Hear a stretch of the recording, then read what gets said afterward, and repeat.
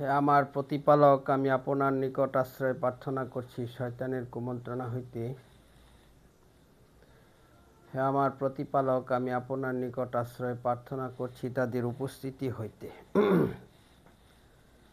সালামুন আলাইকুম। কোরআন থেকে জানতে চাই, আমি মহিউদ্দিন। আমি এখন আলোচনা করব সহিহ হাদিস, উত্তম হাদিস কোথায় পাবো।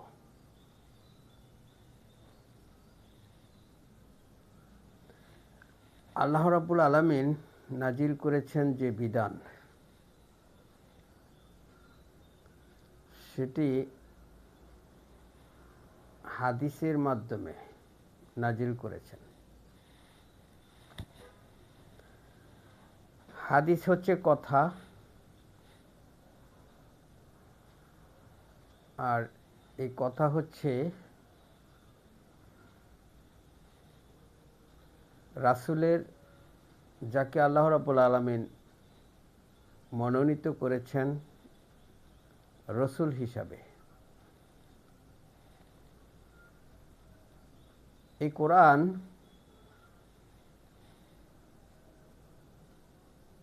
নাজিল হয়েছে রাসূলের মাধ্যমে, রাসূলের কথার মাধ্যমে, বাণীর মাধ্যমে।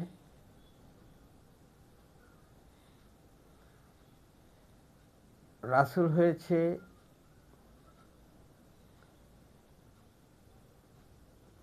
নবী মুহাম্মদ, সালামুন আলা মুহাম্মদ। এই ব্যক্তিটাকে তিনি আল্লাহ রাব্বুল আলামিন মনোনীত করেছেন রসুল হিসাবে,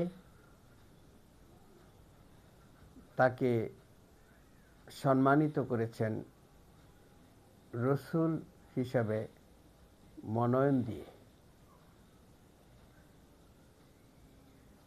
তার এই কথা, যাকে তিনি মনোনীত করেছেন রসুল হিসাবে, তারই কথার মাধ্যমে সেই কিতাব অবতীর্ণ হয়েছে,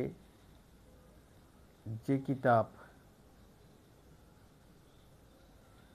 মানুষ সৃষ্টি করার পরে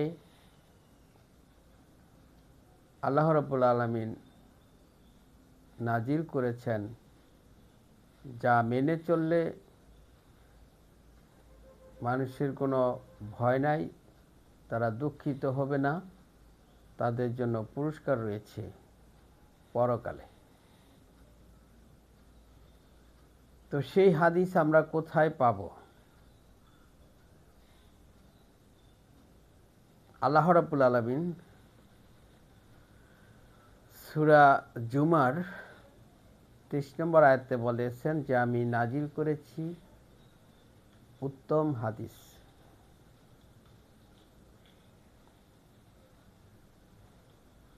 তিনি উত্তম হাদিস নাজিল করেছেন,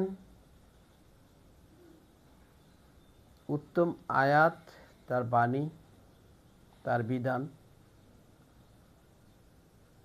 এই আয়াতের একটি আয়াতের সাথে আরেকটি আয়াতের কোনো সাংঘর্ষিকতা নাই, বৈপরীত্য নাই, সুসামঞ্জস্য এবং মিল হিসাবে তিনি নাজিল করেছেন এই হাদিসগুলি, অর্থাৎ এই আয়াত রাসূলের কথার মাধ্যমে, বাণীর মাধ্যমে, রাসূলের বাণী। সূরা হাক্কার ৪০ নম্বর আয়াতে বলা হয়েছে এটি সম্মানিত রাসূলের বাণী। এটি সেই কিতাব যার মধ্যে কোনো সন্দেহ নাই, এটাই মুত্তাকিদের জন্য পথ প্রদর্শক। এটা কি তাদের জন্য যথেষ্ট নয়? এটা পরিপূর্ণ বিধান। এই কিতাব, এই কোরআন যাদের কাছে পৌঁছবে তাদের জন্য এটা হেদায়েত। এই হাদিস ছাড়া তারা আর কোন হাদিস সে তারা বিশ্বাস করবে? এই হাদিস কি তাদের জন্য যথেষ্ট নয়? যা কোরআনে আছে, তারা কি তালাশ করে, কি চায়, কেন চায়? যদি সৃষ্টিকর্তা রব আল্লাহ রাব্বুল আলামিন বলে দিয়ে থাকেন যে এটাই তোমাদের জন্য যথেষ্ট, তাহলে কেন এর বাইরে হাদিস তালাশ করে, বিধান তালাশ করে? আছে কি কোনো বিধানদাতা? রসুল হচ্ছে আল্লাহর পক্ষ থেকে একটা পদবী, যে মানুষটাকে রসুল করেছেন আল্লাহ রাব্বুল আলামিন, তাকে তিনি সম্মানিত করেছেন। সেই ব্যক্তির মাধ্যমে তিনি নাজিল করেছেন তার হাদিস, উত্তম হাদিস। সেই হাদিস কি তাদের জন্য যথেষ্ট নয়? এই হাদিস বুঝার জন্য, জানার জন্য, মানার জন্য তারা কি চিন্তা করবে না? তারা কি চিন্তা করে না? তারা কি ভেবে দেখে না? তাদের মনে কি তালা আছে নাকি? রসুল, যাকে আল্লাহ রাব্বুল আলামিন রসুল হিসেবে মনোনীত করেছেন, তিনি একথাই বলেছেন যে আমি নতুন কোনো রসুল নই। আমি জানি না আমার এবং তোমাদের সাথে কি আচরণ করা হবে। আমার প্রতি ওহী করা হয়, আমি শুধু ওহীর অনুসরণ করি। আমি তোমাদেরকে এই কথাগুলি বলতাম না যদি আল্লাহ না চাইতেন। আমি তো তোমাদের মধ্যে একটা দীর্ঘ সময় অতিবাহিত করেছি, তাও কি বুঝো না? রসুল নিজে থেকে কথাগুলি বলেন নাই, তার প্রতি যা ওহী করা হয়েছে তিনি শুধু তাই বলেছেন। যদি সে নিজে থেকে কোনো কথা রচনা করে আল্লাহর নামে চালিয়ে দিত, এই কোরআনে যদি তিনি তার নিজস্ব কোনো কথা লিপিবদ্ধ করার চেষ্টা করতেন, তাহলে তিনি, আল্লাহ রাব্বুল আলামিন বলেছেন সূরা হাক্কা 44-45 নম্বর আয়াতে, আমি তার ডান হাত চেপে ধরতাম, কেটে ফেলতাম তার দবনিকা শিরা।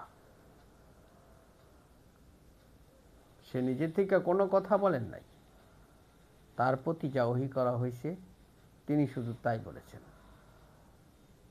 আমি নাজিল করেছি উত্তম হাদিস, আমি নাজিল করেছি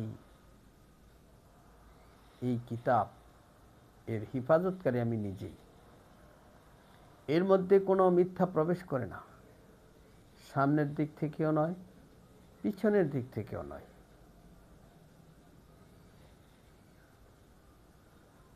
তারা কিছু লোক আছে যারা অসার বাক্য সংগ্রহ করে মানুষদেরকে শুনিয়ে বলে এগুলি আল্লাহরই কথা।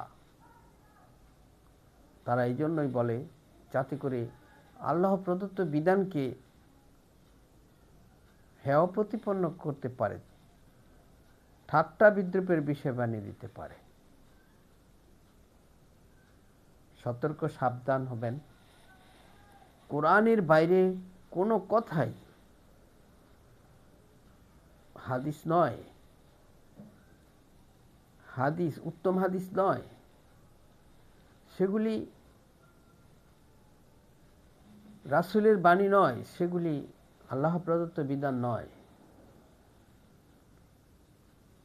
কোরআনের বাইরে কোনো কথা আল্লাহর নামে, রাসূলের নামে চলে না। কোরআনের বাইরে যে সমস্ত কথা আছে সেগুলি মানুষের, সেগুলি দিয়ে মানুষ চিন্তা ভাবনা করে, বোঝার চেষ্টা করে।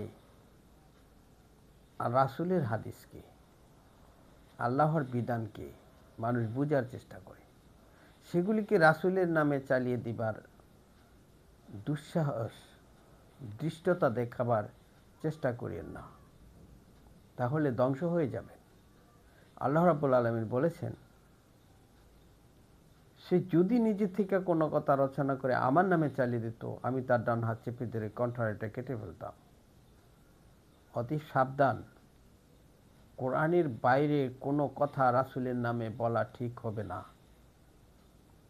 রাসূলের কথা মানে আল্লাহর কথা, রাসূলের আনুগত্য মানে আল্লাহর আনুগত্য, রাসূল মানেই হচ্ছে আল্লাহ প্রদত্ত বিধান, রাসূল মানেই হচ্ছে আল্লাহর বাণী।